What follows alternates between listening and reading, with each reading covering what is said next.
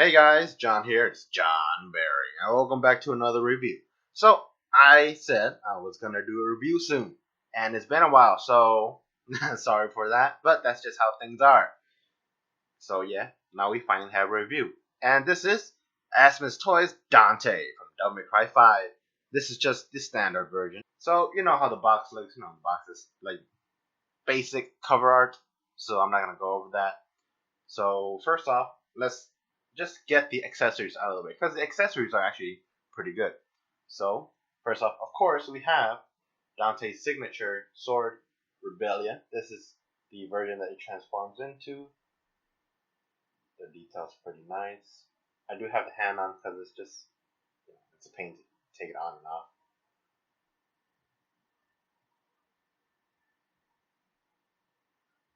Then, you also have the regular Rebellion, still with the skulls, the closed mouth and the open mouth here. Pretty nice.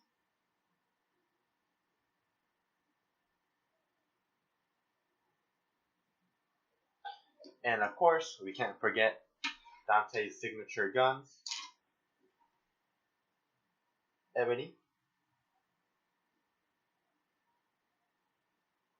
With the face here too. So that's pretty cool. And Ivory.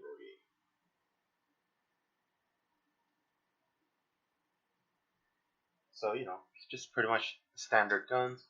So, because those are his weapons, then we also have two hands here. This is the hand for the guns. So, some really nice detailing work. Closer look on this one. And here's the other hand for holding the gun.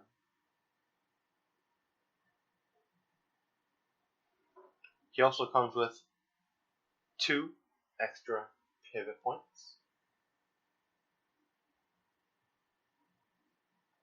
Pretty standard. And of course, we have the Asmus Toys stand. So the stand's just, regular thing. Not really anything I can say much about it. It is what it is. Now on to the main figure, the main man himself, Dante. So first off, let's get a closer look on his face. So what do I say about his face?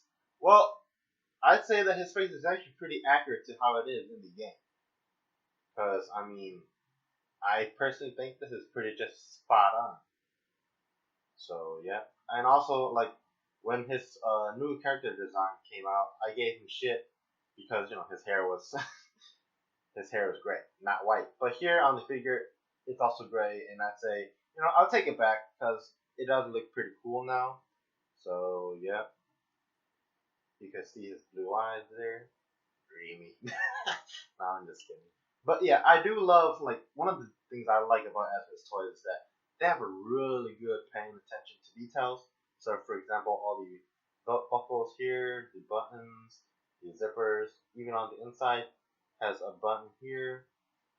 So at first I thought it was just gonna be like, white, like the body's just gonna be painted white or something like that. But no, it actually has a gray shirt on it. So that's pretty cool. Belt buckle, all the way down, leather pants with these boots with all these straps. And another thing I like, and I'll touch on it a little bit later when I do the articulation, is that the boot here, if you notice from the other Asmus Toys, it's like just one whole piece, but here it's actually two pieces. So that's cool. So at the bottom of the shoe, it does have some texture marks, so that's pretty cool. And to the back side with the score here, that's cool. Yeah, just look at all this stitching, man. That is just a lot of attention to detail. It's literally just like a small little miniature coat, something like a luxury brand, something like that. Because this is just, he's just styling, man. That's all I can really much say about it. So yeah, like I said, the attention to detail is really, really good. So now let's move on to articulation. So first off, let's go with the head. The head can look up and down, side to side, turn around, because it's just a basic ball joint all the way around. So, it's pretty neat.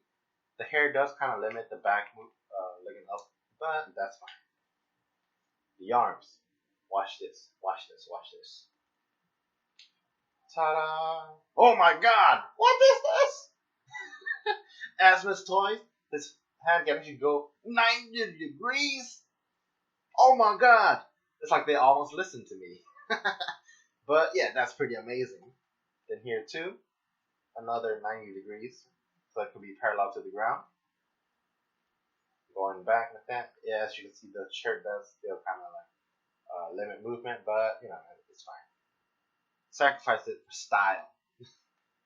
The elbow, 90 degrees like that. And the wrist, you can turn it side to side, up and down. And then the fingers are also made of a soft plastic, so you know, they kind of bend. Don't bend it too much for the break, but there is some give. The chest area, or the abdomen, up and down like that. And it's just, so there's actually two segments, one up here at the abs and one down here by the pelvis. So top one, there we go, and the bottom one. So yep, that's pretty cool. So now the legs, of course, splits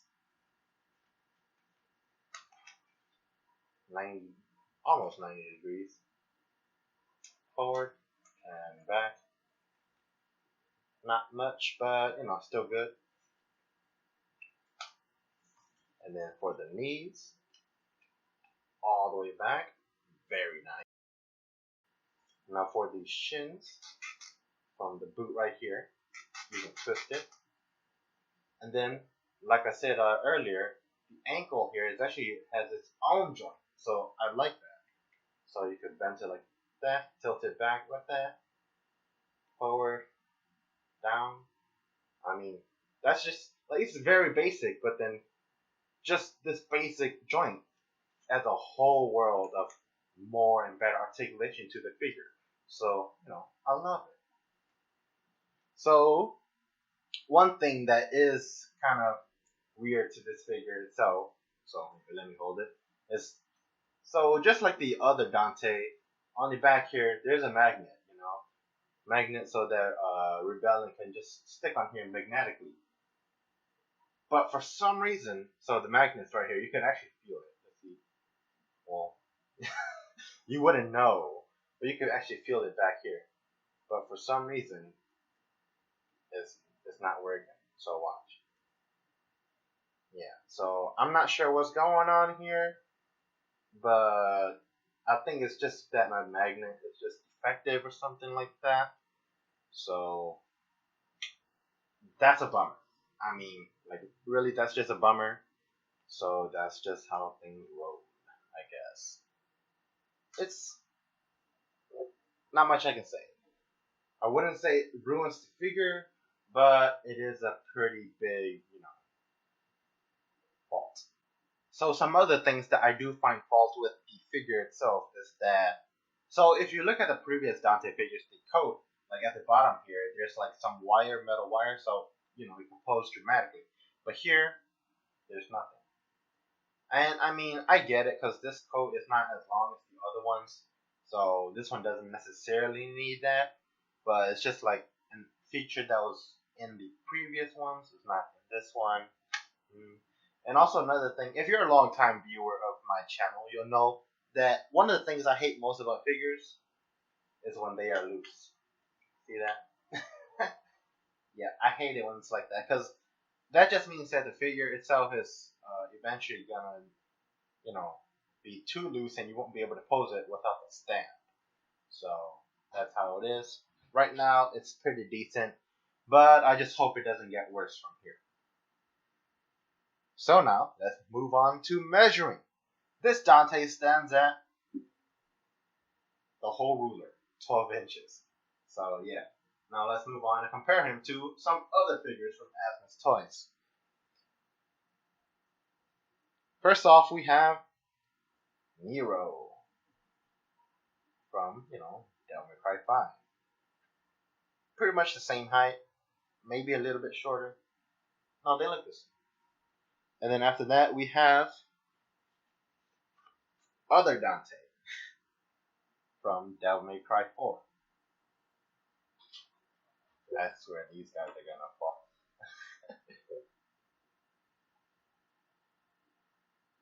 There we go. Look at that cool action shot. Pretty much all of them they look about the same size. So yeah, maybe just from my position, Dante from Devil May Cry 5 looks taller, like by half an inch or something like that. Maybe that's just me, but they should all be the same size. Maybe Nero's a little shorter. So after that, of course, we can't forget about my childhood hero, Kamen Rider Zio. And yeah, just he's a short guy. Look at that. Bam! And now for my final thoughts. So overall, it's a very good figure, from the detailing and all that stuff. And I mean, here's something that I just noticed. So, his sword, Rebellion? Yeah, this is not his sword. This is actually from Devil May Cry 4. And this is Dante 5's sword, Rebellion. If you notice, there's a shit ton of differences. I didn't even notice it until now that I brought the two figures down. Look at the grip. Look at where the horns are coming out. Look at the mouth of the skull. Look at the color. The distal taper. This one is thicker than this one. Look at this. One is wider than the other. I mean, these are just very, very tiny little differences, but you wouldn't even know. I mean, look at the other side of the skulls. Very different. And then even up here with the spikes, very different too. I never noticed that until just now. So I mean, that just enhances it even more. The differences and just the small little paying attention to detail. And also this sword. So, my mistake. Earlier I called it Rebellion. And before you guys go, actually, it's not Rebellion. Yes, I get it. It's Devil Sword Dante. Okay, my mistake, my bad. Let's get over it.